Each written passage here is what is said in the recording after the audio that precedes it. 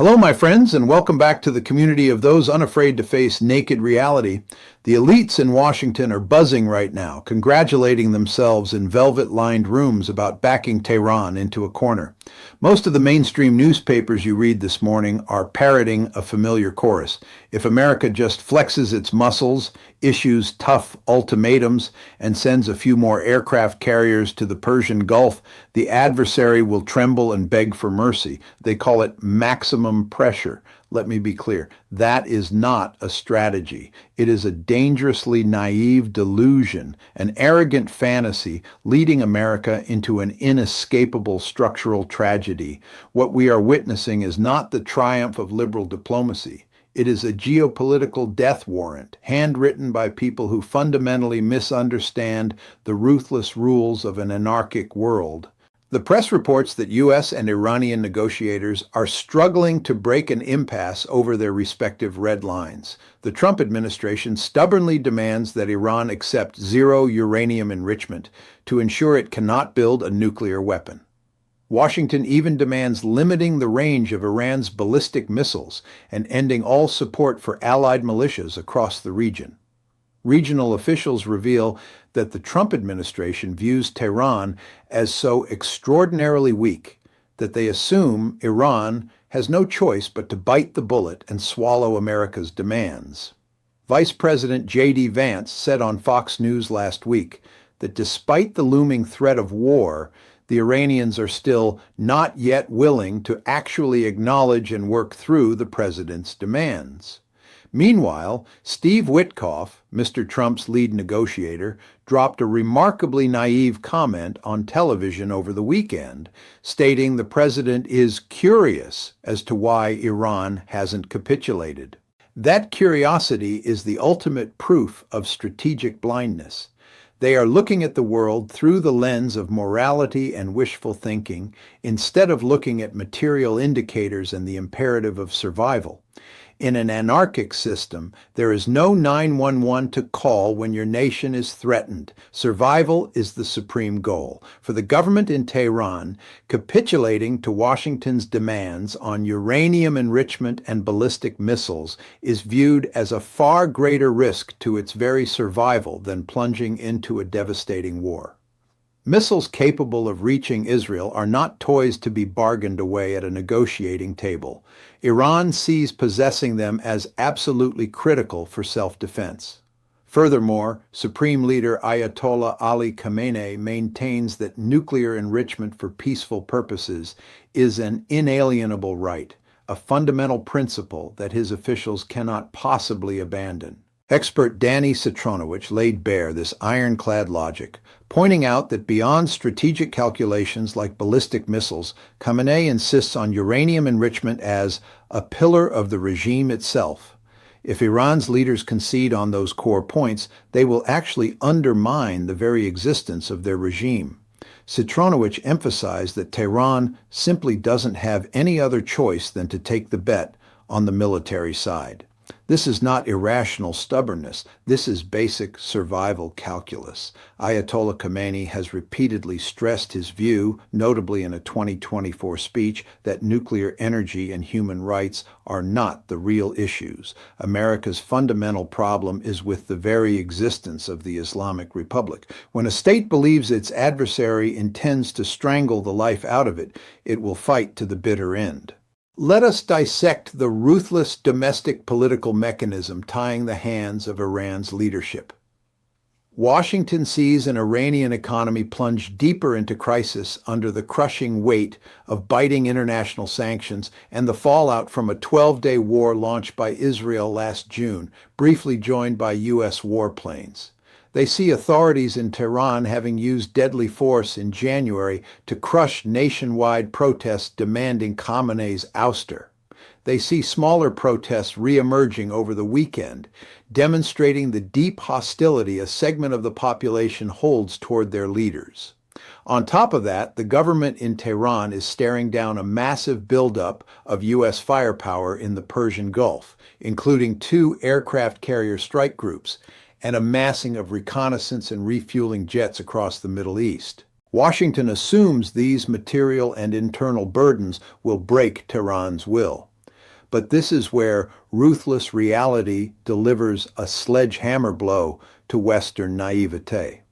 The very perception of its own weakness is the catalyst making Tehran even more determined to resist.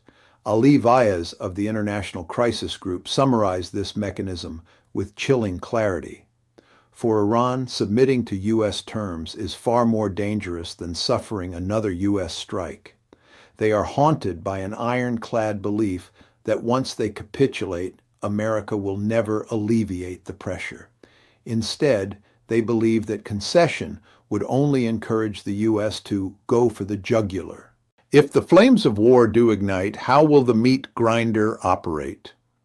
U.S. and Iranian officials are set to meet in Geneva this Thursday in a last-ditch effort to find a compromise before Mr. Trump orders a strike. One proposal offering an off-ramp to war involves allowing Iran a limited nuclear enrichment program for civilian purposes.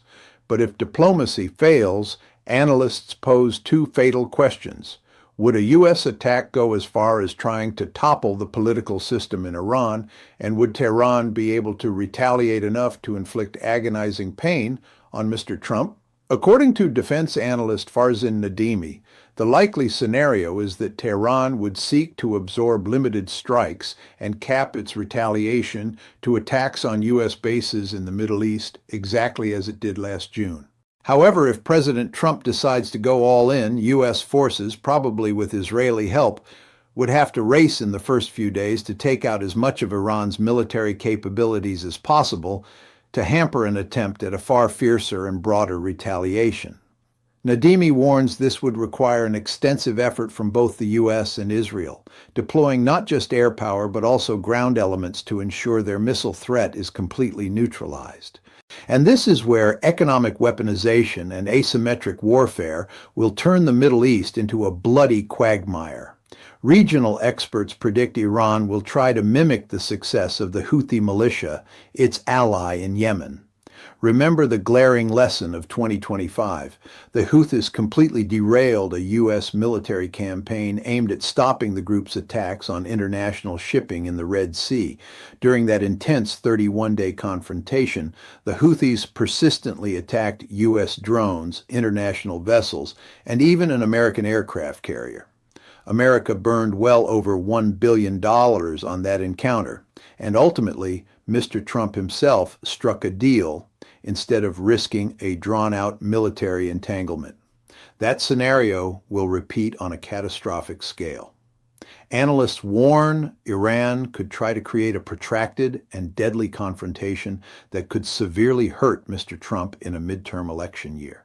Mohammad Ali Shabani poses a chilling hypothetical. It is unknown whether Iran would launch strikes on oil tankers passing through strategic shipping lanes like the Strait of Hormuz, or have its Houthi allies strike vessels in the Red Sea. What is the material consequence? If a new conflict drives gasoline prices up $1 or $2 per gallon, that would be an incredibly risky gamble for Mr. Trump before the midterm elections this fall.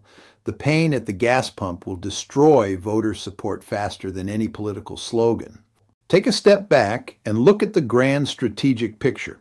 The policymakers in Washington believe they can deal a quick and devastating blow, repeating the playbook from last June when U.S. and Israeli forces killed a string of top Iranian military officials within hours and battered Iran's nuclear and military facilities. Regional officials say if Mr. Trump chooses to strike, his aim will probably be to jolt the Iranian leadership severely enough to force it back to the negotiating table on his terms. But they ignore the fact that Tehran absorbed bloody lessons from that war. They have restructured, preparing several layers of leadership to seamlessly replace anyone killed. This system is explicitly designed with a singular purpose: to ensure the state survives the conflict even if Ayatollah Khamenei and other top leaders do not.